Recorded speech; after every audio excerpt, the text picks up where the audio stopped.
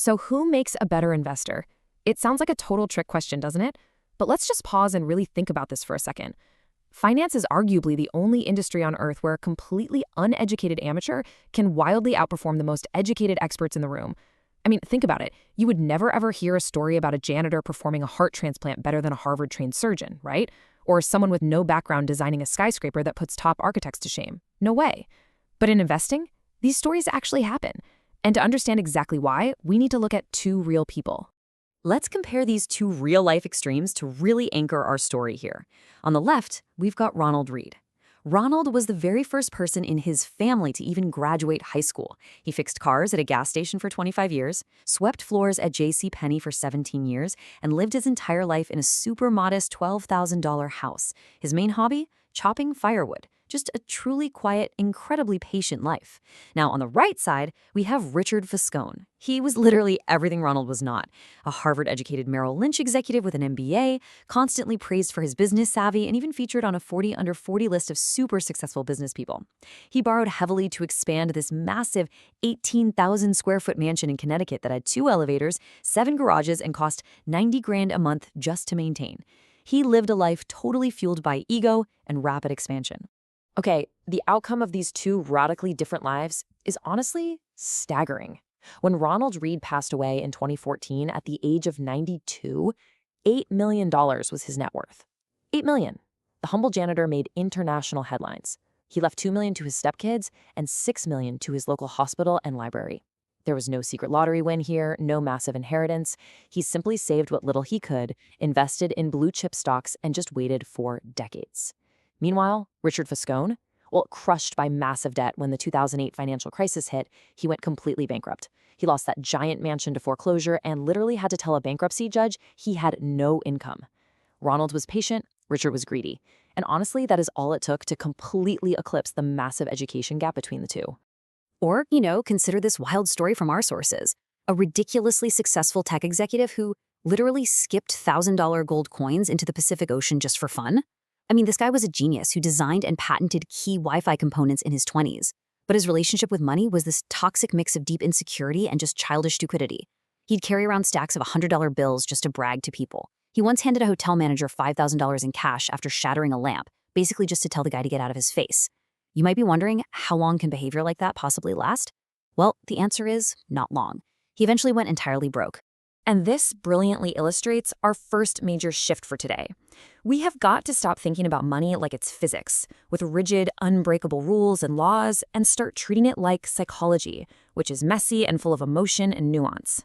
Knowing what you're supposed to do, like saving 10% of your income or building an emergency fund, tells you absolutely nothing about what actually happens in your head when you try to execute it.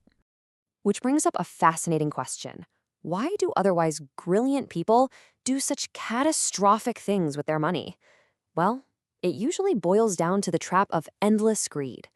Now, it's one thing when a crime is committed by someone living right on the edge of survival, but it's a whole different ballgame when we look at elite figures like Bernie Madoff or Rajat Gupta. These guys had unimaginable wealth, prestige, power, freedom, the whole shebang, but they resorted to fraud and lost absolutely everything. Why? Because they entirely lacked a sense of enough. They just wanted more, and they threw away everything they already had to get it. This brings us to a fantastic insight. Warren Buffett perfectly summed up the collapse of the hedge fund long-term capital management. This was a fund staffed with elite, ultra-wealthy traders who lost everything by taking insane, reckless risks. Buffett said, "There is no reason to risk what you have and need for what you don't have and don't need." When you think about it, it is just plain foolish. Yet it happens constantly because highly successful people so easily fall victim to a psychological treadmill. So the absolutely crucial point here is that the hardest financial skill in the world is getting the goalpost to stop moving. Modern capitalism is incredibly good at generating two things: wealth and envy. If your expectations rise faster than your actual results, there is zero logic in striving for more because you're going to feel exactly the same after putting in all that extra effort. One step forward literally pushes the goalpost 2 steps ahead. You constantly feel like you're falling behind, and the only way to catch up is to take greater and greater and often much more reckless risks. Let's shift gears and talk about how we actually defeat this trap. It comes down to the incredible and kind of counterintuitive power of humble patience and endurance. Compounding is this fascinating, magical force, but it requires time. It requires you to sit quietly and just endure. We put so much effort in finance into finding the absolute best trading strategies or the hottest sector bets. But honestly, the most powerful book on investing could probably just be titled, Shut Up and Wait. Let's look at a historical example of what happens when that patience gets replaced by ego. Jesse Livermore was the greatest stock market trader of his day. By the time he was 30, he was worth the inflation-adjusted equivalent of $100 million. The guy was brilliant, but ultimately, he lost absolutely everything. Why? He learned the hard way that feeling invincible and getting what he called a swelled head can erase millions in an instant.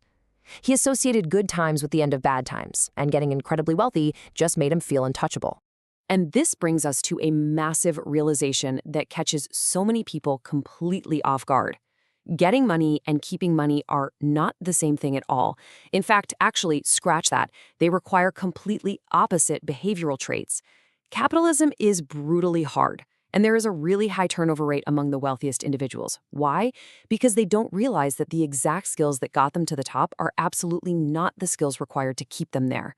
Think about it. Getting wealthy requires taking risks, being highly optimistic, putting yourself out there. But staying wealthy, that requires pure survival mode. It requires humility and honestly a pretty healthy dose of paranoia. You survive by not getting carried away with debt, by not panicking and selling during recessions, by fiercely protecting your reputation and avoiding burnout. Staying wealthy requires you to accept that a good chunk of your past success was probably just luck, and you absolutely cannot rely on it indefinitely. Survival gives you longevity, and longevity is the only thing that allows compounding to work its absolute magic. Okay, now let's tackle a huge psychological hurdle. Our society basically worships flashy displays of spending. We judge financial success entirely by outward appearances: the nice cars, the massive homes, the perfectly curated Instagram photos. Modern capitalism thrives on this whole industry of helping people fake it until they make it. But the fundamental, unglamorous truth is that true wealth is actually what you don't see. I love this story. The singer Rihanna nearly went bankrupt after massively overspending, and she actually sued her financial advisor. The advisor's brutal but totally truthful response in court was it really necessary to tell her that if you spend money on things, you will end up with the things and not the money? It's hilarious, right? But it highlights a really harsh truth. When most people say, I want to be a millionaire, what they really mean is, I want to spend $1 million. And spending money to show people how much money you have is literally the exact opposite of being a millionaire. So let's redefine it right now. Wealth is actually the financial assets that haven't been converted into the flashy stuff. It is the nice cars you didn't purchase, the diamonds you didn't buy, the expensive watches you aren't wearing, and the first-class upgrades you politely declined. It's restraint. Saving money is basically the gap between your ego and your income. No matter how much money you pull in, you will never, ever build wealth unless you can put a firm lid on how much fun you're having with your money today. Okay, so how do we practically apply all this psychology to our everyday lives? How do we step off that endless treadmill? Well, it starts with finding your personal sense of enough. And I want to be super clear here, this isn't about settling. It's not about being lazy. It is a powerful, intentional defensive strategy against the most destructive forces in all of finance. Let's look at what this really means. Having enough is not about leaving your potential on the table. It's about realizing that an insatiable appetite for more will eventually push you right to the point of massive regret. It's kind of like eating, right? The only way to know exactly how much food you can possibly stomach is to eat until you're physically sick. But we don't do that because throwing up hurts. Yet in business and investing, people so often only stop reaching for more when they finally break. Finding your enough is about avoiding that psychological treadmill of keeping up with the Joneses so you don't end up breaking yourself. And why do we do all this? Why be frugal? Why save? Why completely ignore our ego? Because ultimately, it pays the absolute highest dividend that exists in finance. The true value of wealth isn't about buying more stuff. It is about gaining total control over your time and your options.